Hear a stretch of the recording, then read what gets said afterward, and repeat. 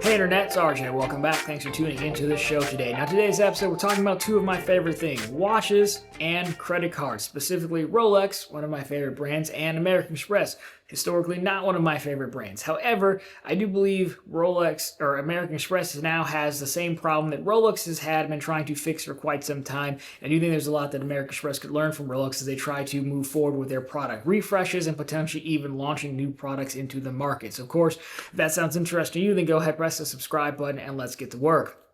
Now, when I say this, it's not necessarily as clickbaity, but it probably will be a grabby title. That American Express does have a Rolex problem. Not the sense that Rolex is a problem for American Express. They would love nothing more for you than buy a Rolex with your American Express if you could go in the store and do that right now. It's more so that both brands have had similar problems in their own respective spaces. Both, on their surface are not really luxurious, fancy, ultra sophisticated things. They're not. One is a credit card used to complete transactions. The other one is a watch used for timekeeping. And I understand how that sounds. You're like, they're $10,000. Yes, I have a few. I've owned multiple, bought and sold them. So I wear a Sea Dweller now. The other one I have is a Sky Dweller. We don't have to get into all of that. But in the world of horology, which is the study of timekeeping and watchmaking, not what your mom came to your career day to talk about. That was mean, but it sounded funny. Anyways, Rolex is kind of average because they're not handmade. They're made in a factory. There is no fancy finishing. You can't see the movement. There's no. I know they started adding display case backs now, but there's no hand finishing. Where you look at like the Audemars Piguet, the one with the wrappers love, like that bracelet is hand finished, and that's why it costs 25, 30 grand. Versus Rolex is like 10, 12, 15. So what Rolex has done, we've gone from being a tool watch that people literally used for a job. You've seen the old marketing posters, like if you flew the Concorde of tomorrow, you'd wear a Rolex. If you worked here and you're underneath the water, you'd wear a Rolex. The GMT Master, that's the one that the blue, the flagship one that you're probably most familiar with if you're not into watches, is the blue and red one, the Pepsi as they call it. That watch was originally come out, I'm paraphrasing, but Pan Am, the airline, was like, hey, we need a way for our pilots to know time zone in two different places. GMT, right? That's why they named it that. And so that was a watch that pilots wore for a function. They weren't wearing it to show out rap videos, right? And the same way American Express was originally was a credit card. And now today it's how you get into the Centurion Lounge and the Sky Club and Hilton Gold and all that sort of thing. It's now, but it used to just be a credit card, right? So that's kind of the basis for this. And as these companies have grown up and pushed this narrative of, hey, our thing is more luxurious and better than everything else, better than Wells and Chase and Bank of America, they've run into some problems devaluing their own product, right? So in the Rolex example, or the American Express side rather, we're very familiar with it. It's overcrowding. It's the devaluation of the statuses because so many people have the card. I was coming back from Denver maybe a month or two ago. By the time you're watching, I should have taken a video of it, but you've seen the videos where there's a lengthy line to get into the Centurion Lounge, right? You didn't see that at Admiral's Club or the United Club they had there, because I was just kind of doing laps around the terminal to kill time. You see that all over the place, the lines to get in. You see it at some places at Delta Sky Clubs too. Not every airport has 4 or 5 like my home airport or Minneapolis does. They're large hubs. The gold status on the Marriott Gold status and the Hilton Gold has been somewhat watered down, partly by the brands, the chains trying to sell status on their own cards, but another part is because everyone has it. There's only so many floors, so many rooms, and if everyone here's got a platinum card, has earned it outright or what have you, it means less, right? And so that's the problem they've run into as they continue to push this. On the Rolex end, their problem was more so valuation of the brand. There was I've owned multiple of these things, as obnoxious as it sounds, I know, but there's a time where you could walk into a dealer and you could compare all the watches you want. You want the Batman, you want the black one, you want the Hulk, whatever. You could compare them all and you say, great, thank you. And you go call your local gray market dealer. A gray market dealer is someone who is still a very reputable dealer, but they're not authorized to sell Rolex watches by the brand. An authorized dealer is like going to someone who is authorized the giant Rolex sign, that whole thing, right? And anyways, you could buy it new for, $2,000 less. Used, you could get it for $3-4 grand less. And Rolex over time didn't want that. If I want you to be luxurious and upstream, I can't have you be able to buy these things at discount whenever you want them. So they've had to go through and fix that. Again, not to spend too much time on the watches, but this is where I think we get into the solution, because of American Express, they're going to have to decide. At the top end, at the platinum and higher, am I going to just keep selling everyone cards and get as much money as I can? That's a fine value play. It's a business model, works all the time. Or do I want to still be the luxury brand of credit cards and have it worth it for these higher annual fees and be true luxury, true in quotes, luxury? So on the Rolex side, what they've done over the past few years, 5 or 6, 7 years, whatever it be, is we believe, so they don't really disclose this, but they've seemingly restricted supply based on when they started to update the watch models. For a long time, the models were the same for 10 years, so it didn't matter if I bought a 2007 or a 2017. It looked the exact same. It's like, what do you care? All right? So they've restricted supply. They've moved the price up.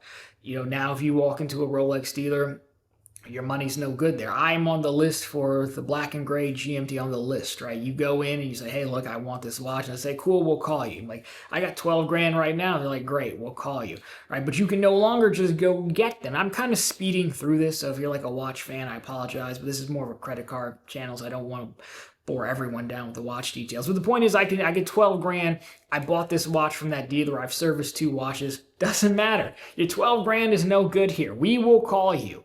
That's what it's turned into. Now it's based on largely, the list isn't like you would think of, like I'm number 12 on the list. It's a list, but it's like, well, let's take care of the big spenders and the big dogs, the friends and family. And then, even if I was next on the list, if someone came in and they're like, hey, I want this, and I spent $50,000 and I've only spent 10, well, then they're going to go first, right? But that has caused the gray market to dry up of sorts for a while. There weren't a ton of used watches there. And now they're back to having inventory in the gray market, but the prices, instead of being lower than retail, they're now much higher than retail because you can't get them in the store anymore. And that's what they've kind of done to push these upstream. Rolex, or American Express, on the other hand, is, I believe, in that same position with the problem with the platinum. As we says, everyone has the platinum card. The millennials or the Gen Z types are the ones who love the gold and the platinum now. It's everywhere. And the fact that it's $700 isn't phasing anyone. So the card one is almost too cheap, believe it or not. So where do they go from here? Well, they've got to decide, because for the longest time, American Express did have a little bit of, I'll say it was a little bit off-putting or concerning to the average person. One thing, we'll focus on this one example, it was always a charge card. And now, as someone who sells credit cards on their website, we're not supposed to say charge card. We're supposed to say card with flexible payment options or something like that, because no one told me, I'm just inferring this, is that paying interest or having to pay your bill in full every month was scary to people, and it was off-putting, but it made sense because that was the type of customer that would have an American Express card, someone who does not carry a balance. And then American Express probably decides, well, I'm missing out on interest income, number one, and fee income from late fees, and number two, I'm still missing out on this whole fan base that I could access, this customer base that I could have. And once they did that, then that was the sign of like, oh, we're open for business for anyone. Didn't really matter anymore. So where do they go from this? Well, they were in the news a while back because there were some trademarks filed for potential new cards. The Optio Card has been a rumor forever. But what you'd have to do is, I believe, one, you've got to move the fee of the Platinum Card up. Probably it's $700 now. You're probably moving it up to $995. Whatever reason, they won't just do $1,000. But you're probably moving up to $900. And I care less about what the perks the card is going to have in this ramp. And then you're putting a card in between Platinum and Centurion, because Centurion has almost become the mythical, so far out of reach for most. You don't even really know how to get it. It's not really real, right? So I think you want to create a ladder. And the next card, let's just say it was Optio, because I don't like the graphite for the next card. But Optio, let's bring that name back. And so you make that one, and you got to make it stupid expensive, because you got to make it hard, not impossible to get, but difficult to get. Much like the GMT master that I want. It's not hard to get. Like, you can go in and, you can get on a list, and eventually you will get one if you look hard enough, but it's not, you can just walk in and get one.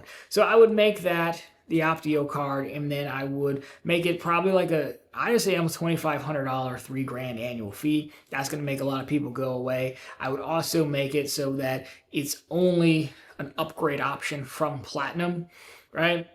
So you have to have time served with the Platinum. Like, you have to be a Platinum card holder for 5 years seems too aggressive. 3 seems right.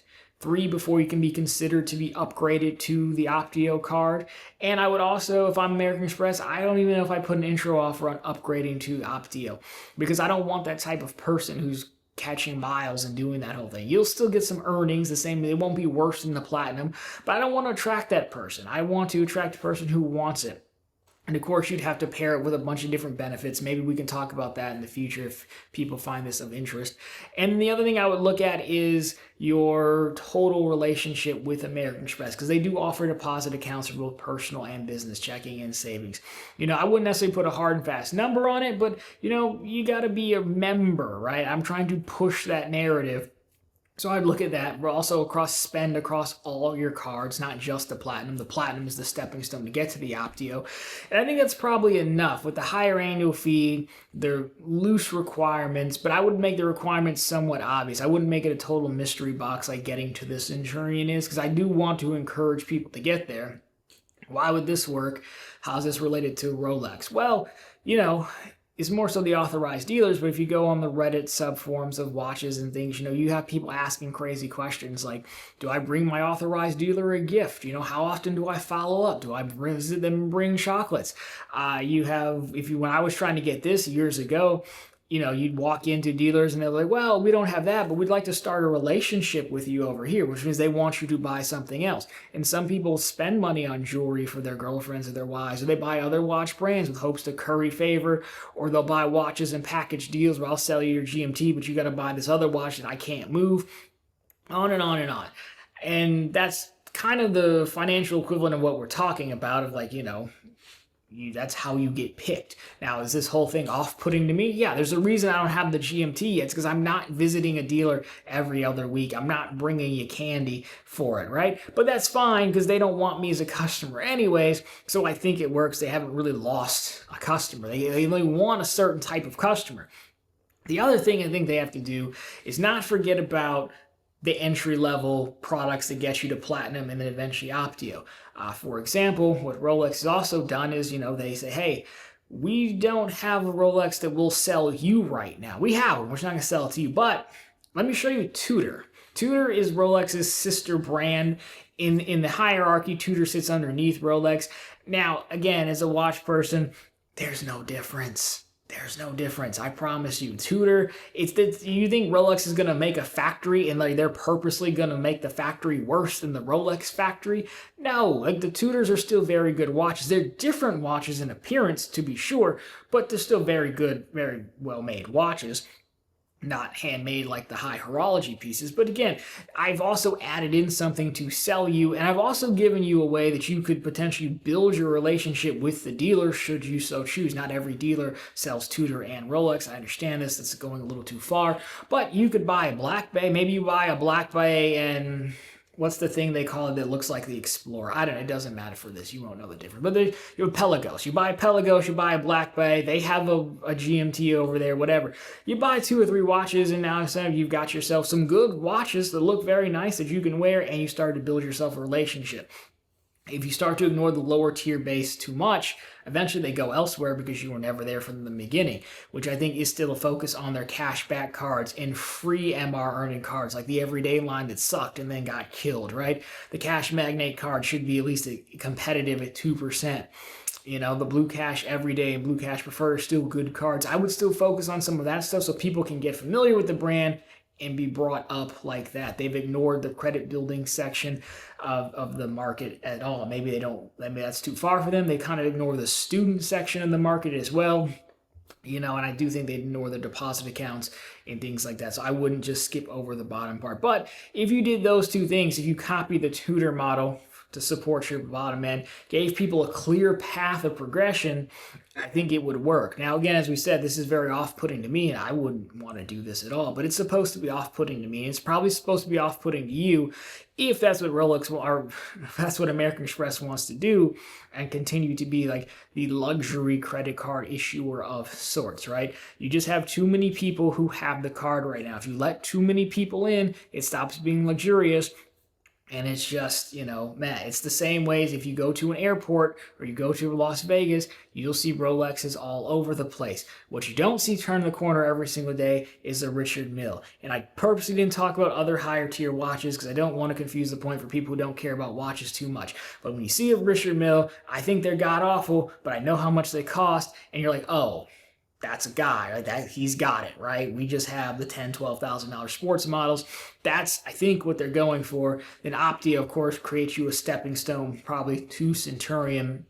But the one thing I would not do, that Rolex has done is I wouldn't make it, we just speculate on how you could get your model, right? How you could move up the list. I would make it fairly obvious. I wouldn't necessarily set a deposit balance like Bank of America has with their stuff. I wouldn't necessarily set a spend requirement. I would also do the spend requirement. I would look at where you're located regionally because, again, back to the Rolex one, what model you're after also depends on what market you're in.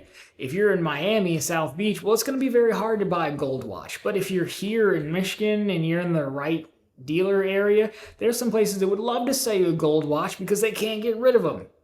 Different spend habits, different levels of income. You could apply some criteria behind that. I would make it somewhat obvious. They do have to be careful with it, or they'll get slammed with a lawsuit for discrimination or red line, something like that. But I think that if they copy the Rolex model, how Rolex has taken what is a plain Jane steel time and date only watch and made it hard to get, made it so the fact that people will go to the dealer, put a deposit down with no delivery date written down, or start buying things in hopes they can get one. They've taken the plain watch and made it luxurious again, even if it really isn't. I think Rolex or American Express, I don't know why I keep mixing up the two. I don't think American Express can take the very similar approach, still support all the cards you have, still not kick anyone out, just say, hey, if you want to play, here's how you move up. I think they could do that. Now, again, we didn't really touch on the benefits of the card. It would definitely have more.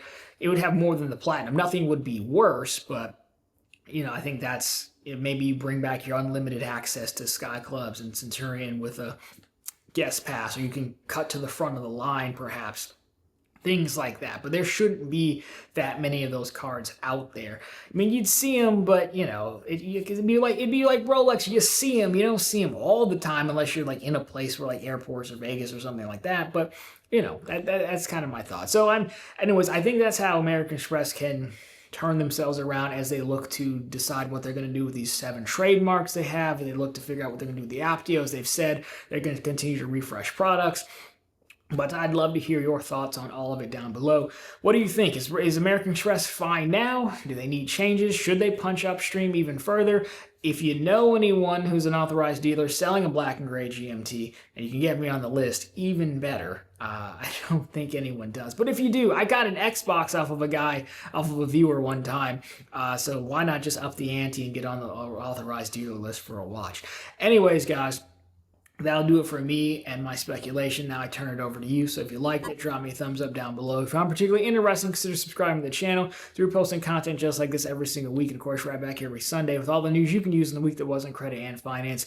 And of course, every single day over on ProfitableContent.com. The channel's blog, always linked down below, where we have the latest news stories, plenty of bank promotions from American Express, sometimes even too, and credit card offers. We definitely have American Express cards. Don't think they'd give us an affiliate for the Optio, but hey, I came up with the model. Maybe they could at least do that. Anyways, guys, that'll do it for this one. As always, thanks so much for watching. I'll talk to you very soon in the next one.